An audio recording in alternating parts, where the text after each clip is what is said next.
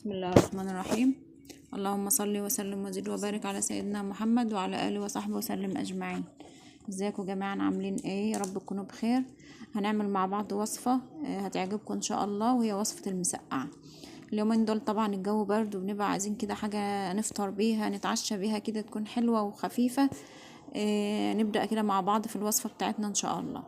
عندنا كده في مقلاية على النار، حطيت فيها زيت لما سخن، ونزلت بده البتنجان انا مقطعاه مكعبات.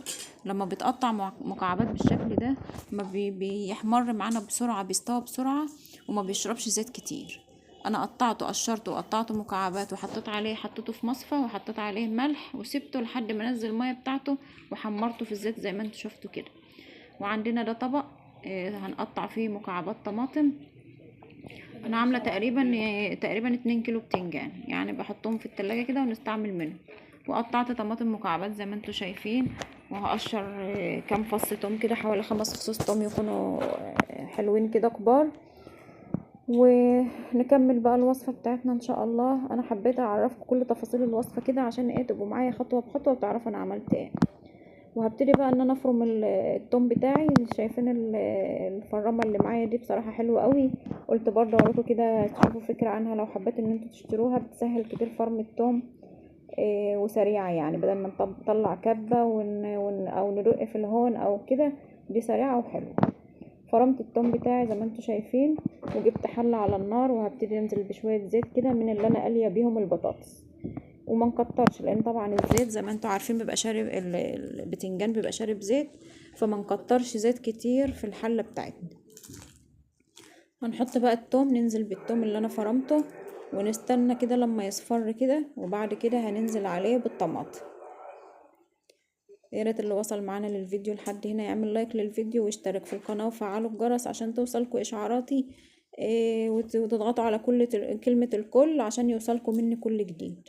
واي وصفه انتوا حابين تعرفوها حلوه او حادقه او اي وصفه، عرفوني وانا هعملها لكم ان شاء الله.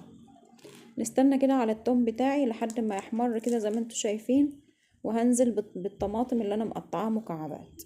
اللي حابب ان الطماطم ما تكونش ظاهره قوي مع البتنجان، يعصرها في الخلاط مفيش مشكله، بس هي مكعبات كده بيبقى طعمها حلو قوي في البتنجان. حطيت كده يجي تقريبا ربع كوبايه ميه علشان الطماطم تتسبك فيه كويس وما تنشفش بسرعه، وفي نفس الوقت لما انزل في البتنجان يبقى فيها كده شويه صلصه تسوي البتنجان كمان كده، ياخد معاه غلوتين بتديله طعم حلو. هنبتدي بقى ننزل بالبهارات بتاعتنا على الصلصة بتاعتي كده. لما تبتدي تغلي كده هننزل بقى بالبهارات، هنسيبها على النار اهي تغلي، وهنبتدي بقى ننزل. عندنا ده كمون، نص معلقة كمون، وعندنا الشطة طبعا دي اختياري، اللي حابب ان هي تبقى حراقة يحط زي ما هو عايز. وعندنا شطة اهو وفلفل وبابريكا وشوية بابريكا، وهتظبط الملح طبعا زي ما انت عايزة على حسب الرغبة، وفلفل اسود، وهنحط شوية ملح زي ما قلت. طبعا بندوقها ونظبط الملح زي ما احنا عايزين، وهنقلبها كده تقليبه حلوه، وهنسيبها على النار تاخد غلوتين، وبعد كده نشوف هنعمل ايه. ريحتها والله تحفه، وفي الاخر طعمها حلو قوي قوي، هيعجبكم.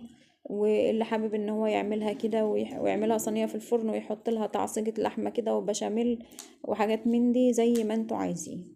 هننزل برضو كده بشويه خل، برضو هيدوها طعم حلو قوي للطماطم والصلصه.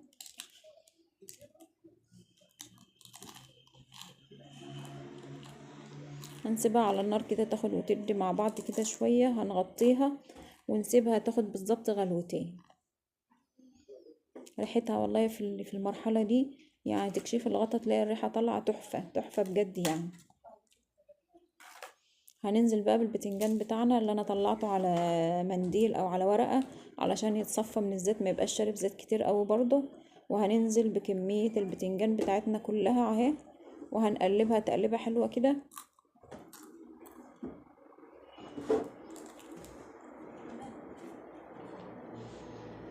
نقلبها كويس لحد ما كله كده يتخلط كويس او بالصلصة.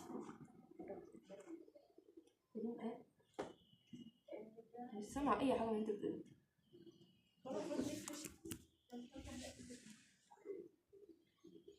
نقلبها كويس قوي علشان نتأكد ان البتنجان كله اخد من طعم التتبيلة اللي احنا عملناها او طعم الصلصة اللي احنا عملناها. طبعا كل ده على نار متوسطة. يعني انا عملت كده ونزلت بالبتنجان اهو، وساعة ما يغلي كده علشان نخلي بالنا انه ما يلزقش في الحلة او في الطاسة بتاعتنا، فنخلي النار متوسطة كده ونغطي عليها تاخد بالظبط يعني 3 دقايق على النار. شايفين اهو بعد ما خدت كام غلوة كده على النار كده خلاص استوت اهو بقت جميلة. هنبتدي بقى ان احنا نغرفها مع بعض.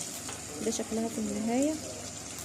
ان شاء الله كده تجربوها وتعجبكم. ولو اي حد جرب اي وصفه من اللي انا عملتها يا ريت يقول لي جرب وصفه ايه وعجبته ولا لا.